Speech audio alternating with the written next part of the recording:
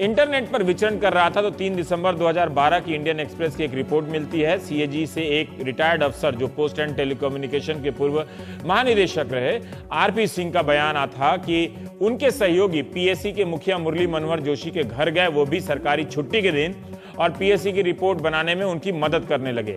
CAG मुख्यालय की तरफ से उन्हें इस रिपोर्ट पर दस्तखत करने के लिए कहा गया, जबकि वे रिपोर्ट से सहमत नहीं थे। पीएससी की रिपोर्ट में प्रधानमंत्री, वित्त मंत्री, अटॉर्नी जनरल की आलोचना की गई है। जाहिर है उस वक्त इसका भी खंडन हुआ ही होगा, मगर जिक्र इसलिए किया कि ऐसी बातों को कब तक और कहां तक गंभीरता से लिया जाए। विनोद राय ने जो कहा उसमें नया क्या है? यह मामला अदालत में है, केंद्र में सरकार भी बदल गई है। क्या बीजेपी इस मामले को राजनीतिक तौर पर ही उठाती रहेगी या आधिकारिक तौर पर कोई कदम भी उठाएगी? क्या बीजेपी मानती है कि उनके खिलाफ भी आपराधिक मामला बनता है? कमलनाथ के बयान के बाद कांग्रेस क्या करेगी? शीला दीक्षित के बयान की तरह किनारा करेगी या विनोद राय के बयान की आलोचना की औपचारिकता निभाकर किनारे हो जाएगी? तो हम प्राइम टाइम में बात करेंगे। हमारे साथ हैं सिद्धार्थ नाथ सिंह, बीजेपी के नेता, नीरजा जी हैं, नीरजा चौधरी वरिष्ठ पत्रकार मुंबई से, पंकज शर्मा हैं सदस्य एआईसीसी कांग्रेस पार्टी से, आशीष खेतान हैं पूर्व पत्रकार। जब आप पत्रकार थे तो इस मामले की काफी रिपोर्टिंग करते थे, लेकिन अब आप आम आदमी के नेता हो गए, तो इस विषय के जानकार के तौर पर यहाँ उपलब्ध है। सिद्धार्थ, आपसे ही मेरा पहला सवाल है कि जो भी विनोद राय ने कहा उसके जवाब में आपने सुना ही होगा कि अभिषेक मनु सिंघवी ने कहा है कि ये सारी बातें अदालत में भी पहले कही गई थी कि इनको नोटिस दिया जाए, प्रधानमंत्री को बुलाया जाए, लेकिन अदालत ने ऐसा कुछ भी इंटरटेन नहीं किया। तो एक पुरानी बात है जिसको लेकर विनोद राय बार बार दोहरा रहे हैं। मनमोहन सिंह पर कोई एक तरह से ऐसा आरोप नहीं बनता जिसकी चर्चा की जाए। देखिए रवीश जी, कहीं कुछ नहीं बनता। जिस प्रकार से उनके प्रवक्ता कह रहे हैं, तो इतनी घबराहट क्यों है, क्यों आ रहे हैं, प्रेस कॉन्फ्रेंस कर रहे हैं? जो वो बोल रहे हैं उसको छोड़ देना चाहिए, किनारे हट जाना चाहिए। लेकिन ये जो बातें मैं मानता हूं कि ये पहले भी आ चुकी हैं, मगर उसको वो कोरैबोरेट कर रहे हैं बहुत चीजों से। जैसे अभी तक कैग के फॉर्मर डायरेक्टर जनरल कभी कुछ कहा नहीं उन्होंने। जो आज जो कह रहे हैं या इंटरव्यू के माध्यम से आया है, उसमें वही चीज है, मगर वो कैग के फॉर्मर इंचार्ज के रूप में सामने आया है कि राजा ने उनको अवगत कराया। राजा ने जो करवाया उसके बाद कमलनाथ जी ने भी अवगत कराया, उस समय के फाइनेंस मिनिस्टर जी उन्होंने भी अवगत कराया, और ये सब होने के बाद उन्होंने प्रधानमंत्री उस समय मनमोहन सिंह जी ने इसको रोकने की कोशिश नहीं करी। और वो जो चीजें हैं वो देश को इतनी हानि हुई है उसका सामने सबूत आ गया है। तो ये जो विषय है कोई विषय टाइमिंग का नहीं है। विषय जो है वो सब्जेक्ट और कंटेंट का होना चाहिए। ठीक है, पर कांग्रेस का कोई भी प्रवक्ता कंटेंट पे नहीं बात कर रहे हैं, बात कर रहे हैं मेरा एक और अभी क्यों सवाल किया, है बाद में क्यों? कि अब आप विपक्ष में नहीं हैं, अब आप सरकार में हैं और कई महीने हो गए आपको सरकार में रहते हुए, तो आपको ऐसी किताबों का, ऐसे इंटरव्यू का क्यों सहारा रहता है? आप खुद ही अब तक बताते हैं कि 2G के मामले में आधिकारिक रूप से प्रशासनिक तौर पर आप लोगों ने ये पाया है। इस बात को मैं भी समझ रहा हूं कि ये मामला अदालत में है कुछ तो, लेकिन फिर भी मैं एक इसका जवाब दीजिए और इस बात का भी जवाब दीजिए, क्या आप मानते हैं कि मनमोहन सिंह के खिलाफ कोई आपराधिक मामला बनता है? और बनता है तो ये तो कार्रवाई आप करेंगे, कांग्रेस के प्रवक्ता तो करेंगे नहीं। देखिए हमने पहले भी कहा था, इसीलिए हम प्रधानमंत्री जी को जेपीसी जो गठित हुई थी, पीएसी और जेपीसी के ऊपर बड़ी बहस हो चुकी है, मगर जेपीसी के पास अधिकार है कि प्रधानमंत्री को वो बुला सकते हैं। वो उन्होंने चाको साहब ने उसको ब्लॉक किया। जब चाको साहब ने ब्लॉक किया तो जेपीसी की रिपोर्ट का कोई मतलब नहीं है, इसलिए उस पे ना जाते हुए हम लोग ने हमेशा कहा प्रधानमंत्री के दरवाजे पे आके ये रुकता है 2G स्कैम, क्योंकि 2005-2006 के अंदर भी जीओएम से प्राइसिंग ऑफ स्पेक्ट्रम को जो हटाया गया था, दयानंदी मरन थे उस समय, तो वो वहां से शुरुआत हुई थी।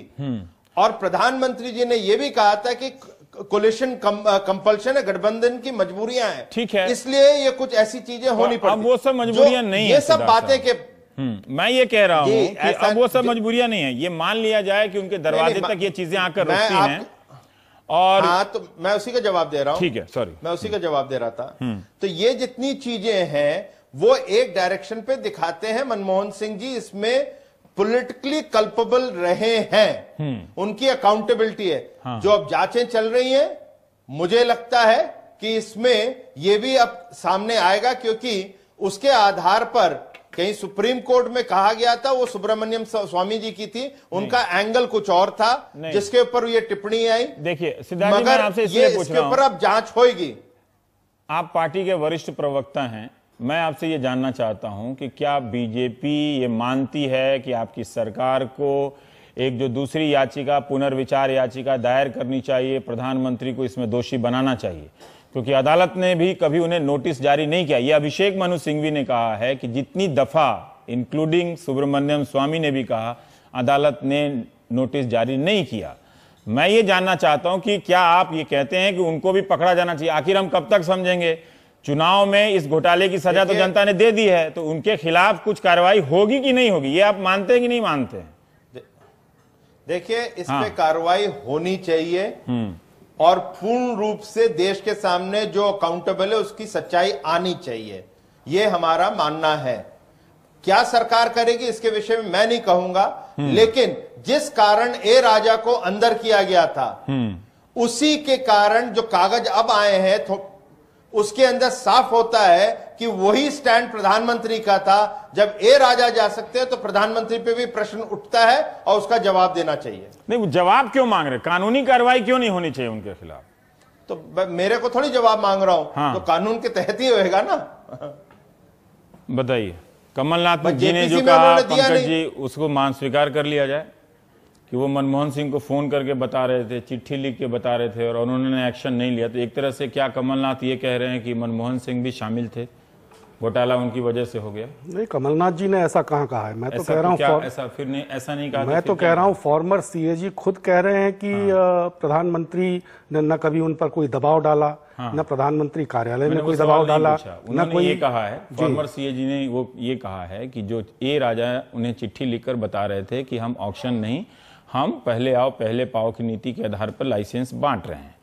उन्होंने कहा कि आपकी चिट्ठी मिली, उन्होंने ये नहीं कहा कि आप इसे ग्रुप ऑफ मिनिस्टर में ले जाइए या उसमें किसी तरह का मत कीजिए, ऐसा उन्होंने उस चिट्ठी पे नहीं कहा है। टेम्पलेट एडवाइजरी जिसको विनोद राय ने कहते हैं, और यही बात कमलनाथ ने कही है। ये बीजेपी सिद्धार्थ सिंह ने नहीं कहा है, ये कमलनाथ ने कहा कि उन्होंने भी फोन करके, तो इसका मतलब विनोद राय और कमलनाथ की बात कहीं तो सही लग रही है ना, दोनों की मिलके। अब उस वक्त एक वरिष्ठ केंद्रीय मंत्री ने प्रधानमंत्री से कहा, क्या कहा क्या नहीं कहा, ये तो उन दोनों के बीच की बात है। हाँ, नहीं, आप कांग्रेस पार्टी से आए हैं जी, तो मैं ये पूछना चाहता हूँ। नहीं, पहले मेरे सवाल का जवाब दीजिए ना, फिर उनको तो जब मैंने नहीं छोड़ा, मैं आपको कैसे छोड़ दूं सर? आप बताइए ना, उनके बीच की बात कैसी है? आप कमलनाथ की बात से सहमत हैं या नहीं है? एक पार्टी के प्रवक्ता के तौर पर आप सहमत हैं कि नहीं सहमत? कमलनाथ जी ने अगर उस वक्त उनको इस पूरी प्रक्रिया के मामले में कोई खामी दिखाई दी तो उसकी तरफ इशारा किया, और इशारा नहीं किया, उन्होंने कहा बाकायदा चिट्ठी लिखी, फोन लिखा और उन्होंने कदम नहीं उठा के बहुत बड़ी गलती की। नहीं तो ए राजा के खिलाफ कार्रवाई किस सरकार ने की? यूपीए की सरकार ने नहीं की, वो अदालत ने की। वो अदालत से हुई। सरकार ने तो उसमें सरकार को करना होता तो इस्तीफा तो प्रधानमंत्री का भी मांगा जा रहा था, है ना? फिर मुझे आप ये बताइए, मैं थोड़ा, आप चलिए ठीक है, आप पहली बार आए तो मैं आपको और मौका दे सकता हूं, उसमें कोई ये नहीं है कि कमलनाथ जो कह रहे हैं वो क्या बीजेपी जो कह रही है कि ये मामला 10 जनपद तक जाता है? अगर कमलनाथ ये कह रहे हैं कि उन्होंने प्रधानमंत्री को लिखकर बताया, तो कमलनाथ ने सोनिया गांधी को भी बताया होगा कि सरकार में ऐसा ऐसा हो रहा है और मनमोहन सिंह को हम चिट्ठी लिख रहे हैं, फोन कर रहे हैं और वो ये सब नहीं हो रहा है। देखिए, इस मसले पर पिछले 3 साल 4 साल की बात नहीं, अभी की बात हो रही है। 3 साल तो उनका भी छोड़ दिया मैंने। 4 साल से जो राजनीति हो रही है वो क्यों हो रही है, ये सब जानते हैं। और विनोद राय जी ने किस तरह इस राजनीतिक श्रृंखला को आगे बढ़ाने में अपना, मान लिया कि वो बीजेपी से टिकट चाहते होंगे, लेकिन जो सवाल है उस सवाल पर जवाब दीजिए ना। आपके मंत्री कह रहे हैं, पूर्व मंत्री कह रहे हैं कमलनाथ, मान लिया कि वो बीजेपी से टिकट चाहते हैं। मैं कह रहा हूं कि बीजेपी कुछ भी कह सकती है, बीजेपी तो कहीं तक विस्तार को ले जाएगी। आपके मंत्री, पूर्व मंत्री ने कहा, कमलनाथ ने कहा, मैं तो बीजेपी के जो सिद्धार्थ ने कहा उस पर तो मैं आपसे कोई काउंटर मांग ही नहीं रहा हूं। जो कमलनाथ ने कहा उसका क्या कहूं? तो मैं कहां इनकार कर रहा हूं? वो और विनोद राय दोनों मिल गए हैं, आप ये कहना चाहते हैं? मैं ये कह रहा हूं कि अगर कमलनाथ जी ने कहा है तो उन्होंने खुद कहा है, मैं इससे कहां इनकार कर रहा हूं। अगर उन्होंने प्रधानमंत्री जी की जानकारी में कोई बात लाई है तो कमलनाथ की बात से सहमत है कि नहीं सहमत? नहीं, मैं उनकी बात से सहमत या असहमत होने वाला कौन होता हूं? उस वक्त उन्होंने किसी आधार पर प्रधानमंत्री जी की जानकारी में एक बात लाई और वो खुद कह रहे हैं, तो इसमें सहमति असहमति का एक्शन नहीं लिया, जीओएम में ले जाने की बात हो रही थी, उन्होंने एक्शन नहीं लिया। कमलनाथ जी ने यह कहा है कि प्रधानमंत्री जी ने एक्शन नहीं लिया। उन्होंने ये कहा कि मैंने प्रधानमंत्री जी की जानकारी में ये बात लाई। उन्होंने कहा कि मैं डिसअपॉइंटेड हूं कि उन्होंने एक्शन नहीं लिया। आप उनका बयान तो देखिए, अपने नेता का। ये तो एक धारणा बनाई जा रही है कि धारणा कौन बना रहा है? कमलनाथ बना रहे हैं। नहीं, कमलनाथ जी ने ये नहीं कहा कि प्रधानमंत्री जी ने इस पर कोई एक्शन नहीं लिया। उन्होंने कहा मैंने प्रधानमंत्री जी की जानकारी में ये बात लाई। आशीष, मैं ये जानना चाहता हूं, ये कहा और नहीं कहा के बीच में विनोद राय क्या कोई नई बात कह रहे हैं? देखिए, एक हद तक विनोद राय कोई नई बात नहीं कह रहे हैं। हमने, आपने इस स्टूडियो में और तमाम और टीवी चैनल्स ने इस पर खूब लंबी लंबी बहस करी है। लेकिन आज ये डिबेट रेलेवेंट तो है। रेलेवेंट इसलिए है कि प्राइम मिनिस्टर ऑफिस की क्या भूमिका उस समय थी 2G स्कैम में, क्रिमिनल कल्पेबिलिटी थी कि नहीं थी, ये अलग बात है। लेकिन आज जो सिद्धार्थ ने कहा कि वो भूमिका और साफ हो रही है, जो बात पहले से कही जा रही है, वो भूमिका और साफ हो रही है। और यह भी महत्वपूर्ण है कि उस समय के जो सीएजी थे, उस समय कॉन्स्टिट्यूशनल पोस्ट पर वो बैठे हुए थे, खुलकर बोल नहीं सकते थे, आज वो खुलकर बोल रहे हैं।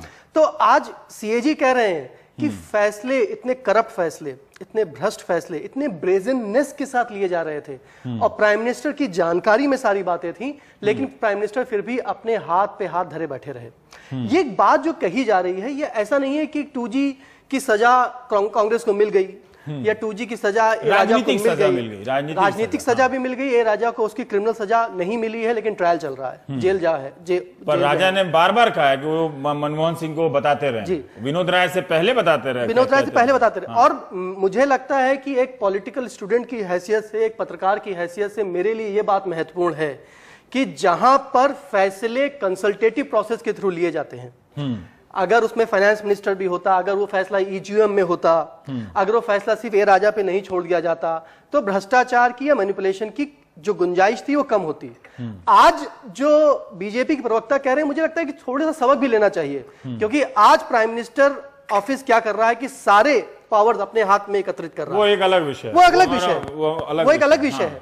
लेकिन इससे एक नसीहत तो मिलती है कि फैसले अगर पार्लियामेंट्री डेमोक्रेसी में कैबिनेट के स्तर पर हो, फैसले अगर ईजीएम में हो, वाइडर कंसल्टेशन के थ्रू हो, तो वहां पर मैनिपुलेशन और करप्शन की संभावनाएं कम होती हैं। पहली बात। दूसरी बात यह है कि ऐसी बहुत सारी स्टेजेस थी जहां पर प्राइम मिनिस्टर ऑफिस स्कैम को रोक सकता था, ये विनोद राय कह रहे हैं। देखिए, दो तरह की जानकारी थी प्राइम मिनिस्टर ऑफिस के पास। एक जानकारी ये थी जो फाइनेंस मिनिस्ट्री के अफसर चिट्ठी लिख के बता रहे थे, जो ईजीएम की हेड के तौर पर प्रणब मुखर्जी ने भी चिट्ठी लिखकर 25 दिसंबर 2007 को बताया प्राइम मिनिस्टर ऑफिस को कि ये फैसला शायद सही नहीं है। वो जानकारी ये थी कि 2007 में 2001 के दाम पर स्पेक्ट्रम देना क्या उचित है और इससे जो है एक्सचेकर को नुकसान होगा। एक इस तरह की जानकारी थी, यह एक इस तरीके के ऑब्जेक्शन थे, ऑफिशियल ऑब्जेक्शन। दूसरी जानकारी थी कमलनाथ जैसी जानकारी कि इसमें घोटाला हो रहा है, इसमें रियल एस्टेट के लोग आ रहे हैं, इसमें ए राजा के घर में दुकान खुली हुई है, इसमें सुबह शाम घूस चल रही है, लॉबीज घूम रहे हैं, नीरा राडिया जैसे लोग घूम रहे हैं। इस तरह की जानकारी भी प्राइम मिनिस्टर ऑफिस के पास थी, क्योंकि प्राइम मिनिस्टर ऑफिस ने 10 जनवरी 2008 के बाद एक फाइल है, उस फाइल का मैं नंबर आपको बता सकता हूं, उस फाइल का नंबर है 180/31/C/26। उस पर पोस्टिट चस्पा लगाकर लिखा था उसे प्राइम मिनिस्टर ऑफिस ने, उनके सेक्रेटरी ने प्राइम मिनिस्टर के, कि keep PMO at arms length, मतलब हमको दूर रखो इन सब चीजों से। 10 जनवरी के बाद प्राइम मिनिस्टर ऑफिस में प्राइम मिनिस्टर के सेक्रेटरी लिख रहे हैं कि प्राइम मिनिस्टर को दूर रखो इस बवाल से। तो उस समय भी 10 जनवरी को सिर्फ लेटर ऑफ इंटेंट इशू हुआ था, लाइसेंस तो फरवरी और मार्च में इशू कैंसिल कर सकते थे। पर सिद्धार्थ, जो आशीष कह रहे हैं, क्या उससे और ये जरूरत नहीं बनती है, क्योंकि ये मामला अब इतना सार्वजनिक है कि कुछ तो इसको कॉन्क्रीट होते हुए दिखे, और आप लोगों ने भी इस मामले को उसी तरह से लड़ा है, तो कब से कोई रिपोर्ट होती है आपकी तरफ से, आप इस तरह के दस्तावेज जो कभी एक पत्रकार से निकल रहे हैं, कोई एक किताब से निकल रही है, कभी आप लोगों ने बात नहीं किया इसके बारे में कि हम इसकी जांच करेंगे, हम मनमोहन सिंह को नेल करेंगे, उनको पकड़ेंगे? क्यों छोड़ना है? सिर्फ एक मूर्ति बना के, पुतला बना के उसको धुनाई करते रहो। हम तो चाहते हैं आप पकड़िए। हाँ रवीश जी, क्या सरकार के अंदर हो रहा है, इन्वेस्टिगेटिव एजेंसीज क्या कर रही हैं? ये हमें जानकारी है नहीं, इसलिए ये उचित नहीं होगा मैं उसके बारे में आपसे कुछ बोलूं।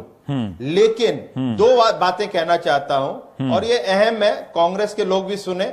मैं मानता हूं कि कहीं 3 जने कोई कत्ल में इन्वॉल्व हैं, उसमें 3 जने उसके विटनेस हैं, उनमें से एक की इंक्वायरी हो, उसे जेल में भेज दें, मगर दो दूसरे विटनेस हैं, उनके बारे में कोई जानकारी ना हो, ना बातचीत हो। ये बड़ी जनरलाइज, चाहे वो इस केस में 2G के अंदर आप तो मान के चलिए अब तो थानेदार बदल गया है, चिदम्बरम साहब और ए राजा थे, ए राजा पे इंक्वायरी होती है, बाकी 2 मैं यही पूछ रहा हूं। दूसरा मैं खेतान साहब, एक सेकेंड आज आप इंटरप्शन तो आप करते नहीं है भाई साहब।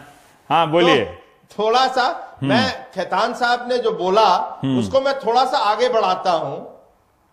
26 दिसंबर को चिट्ठी जाती है ए राजा से कि फर्स्ट कम फर्स्ट सर्व को हम चेंज करने वाले हैं। तुरंत प्रधानमंत्री इंस्ट्रक्शंस देते हैं कि पुलक चैटर्जी और नायर 29 दिसंबर को इसको एग्जामिन करें। बिल्कुल सही उसके जो 26 दिसंबर का लेटर है उसमें 4 पॉइंट पे पीएमओ एग्री करता है।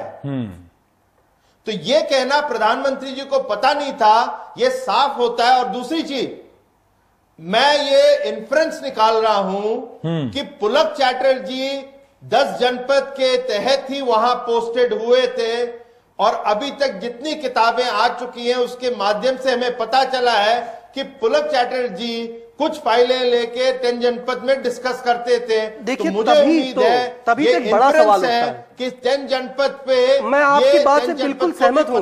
मैं आपकी बात से बिल्कुल सहमत, इसीलिए मैं एक बड़ा सवाल उठा रहा हूं। बिना किसी आधार के इस तरह की बातें करना, नहीं आधार नहीं है। आधार कैसे? ये जो बता रहे हैं कि 10 जनपद फाइलें लेके जाते थे, 10 जनपद फाइलें लेके जाते थे, इसका तो कोई आधार नहीं है। अभी आशीष हम बोलेंगे, अभी आशीष जी कैसे चलेगा? अभी सुविधा से मनमोहन सिंह चुन लें कि हम नहीं बोलेंगे। रवीश जी, अभी आशीष जी ने कहा कि वो कॉन्स्टिट्यूशनल पोस्ट पे थे सीएजी, इसलिए कुछ नहीं बोले। नहीं बोल सकते हैं, ठीक है। अच्छा, और जब वो 8 फरवरी 2013 को आज उन्होंने गलती कर दी बोल के, लेकिन जो बोला वो क्या गलत था? 8 फरवरी 2000, आप क्या कह रहे थे उसमें? मैं एक बड़ा सवाल उठा ये रहा हूं कि बीजेपी ने पिछले 3-4 सालों में, सिद्धार्थ भाई माफ करिएगा, थोड़ी राजनीति ज्यादा करी है और इसमें इंसाफ हो, एक्यूज जेल जाए, इस पर थोड़ा काम कम किया है। आप ये बात आज फिर उठा रहे हैं कि प्रधानमंत्री की क्रिमिनल कल्पेबिलिटी, आपने एक उदाहरण दिया कि 3 लोग कॉन्स्पिरेसी करते हैं और 1 की जांच हो, 2 की जांच ना हो। मैं कह रहा हूं कि आज रवीश भाई ने कहा कि थानेदार आप हैं, सरकार देखिए आज आपकी। अगर आपको लगता है कि पुलक चटर्जी कि इसमें इन्वॉल्वमेंट है, अगर आपको लगता है कि विनोद राय ने नए डिस्क्लोजर्स कर दिए हैं, अगर आपको लगता है कि संजय बारू ने नए डिस्क्लोजर कर दिए जो पहले नहीं थे और अब तो सरकार में आपके पास सारी जानकारी है, 1,76,000 करोड़ का कथित, तो मैं कह रहा हूं कि एक बार प्रधानमंत्री के खिलाफ दोनों जने मुझे आज कैसे हो, इस पर बीजेपी की सरकार को विचार करना चाहिए।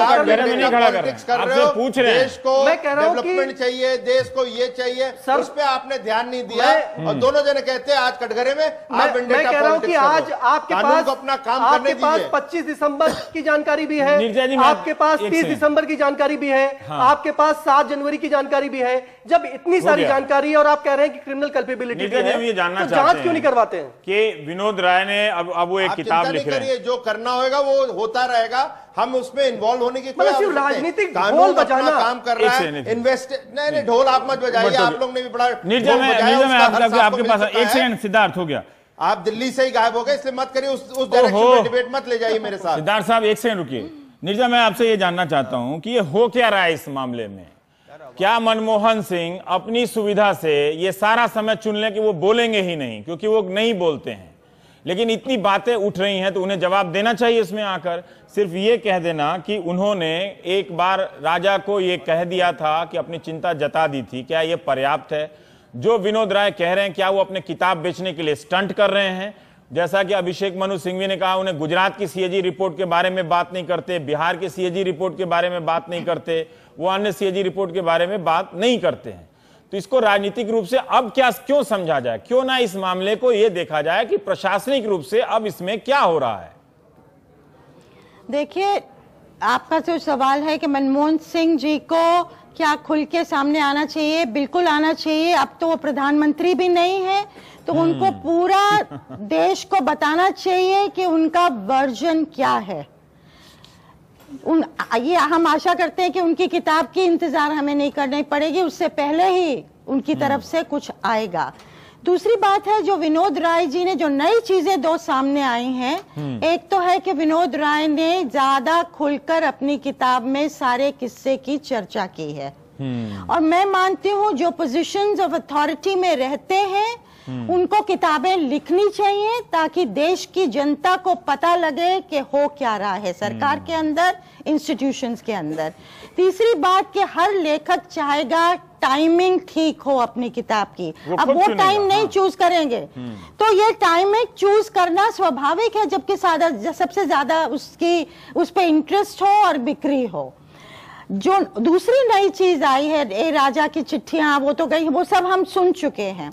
जो कि सिद्धार्थनाथ जी ने बात की है और आपने सवाल पूछा है कि क्या ये पॉलिटिकल कल्पेबिलिटी तक ही सीमित रहेगा, जो कि 2G मामला अभी तक रहा है, हालांकि कोर्ट में चीजें चल रही हैं, या फिर सरकार की तरफ से नए तरीके से इस पे अब कुछ आगे बढ़ेंगे, फिर से केस करेंगे, क्योंकि फिलहाल तो अदालत ने कह दिया था कि प्रधानमंत्री को नोटिस नहीं जाना चाहिए। क्या इन सब चीजों के तहत, और जो कमलनाथ की तरफ से एक और पुष्टि हुई है कि चिट्ठियां लिखी गई थी और प्रधानमंत्री को इसके बारे में बताया गया था, ये अलग चीज है कि इन सब चीजों में पॉलिटिक्स हो सकता है। क्यों सीनियर कांग्रेस नेता आज धावा बोल रहे हैं? क्योंकि वो नाराज है, कई चीजों से नाराज है। कमलनाथ जी को LOP नहीं मिला और सीनियर लीडर्स मानते हैं कि उनकी पॉलिटिक्स खत्म हो जाएगी, राहुल गांधी की टीम टेक ओवर कर रही है, वो चीजें अपनी जगह हैं। तो पॉलिटिक्स होती है, लेकिन जहां तक नागरिक, हिंदुस्तान के नागरिक का सवाल है,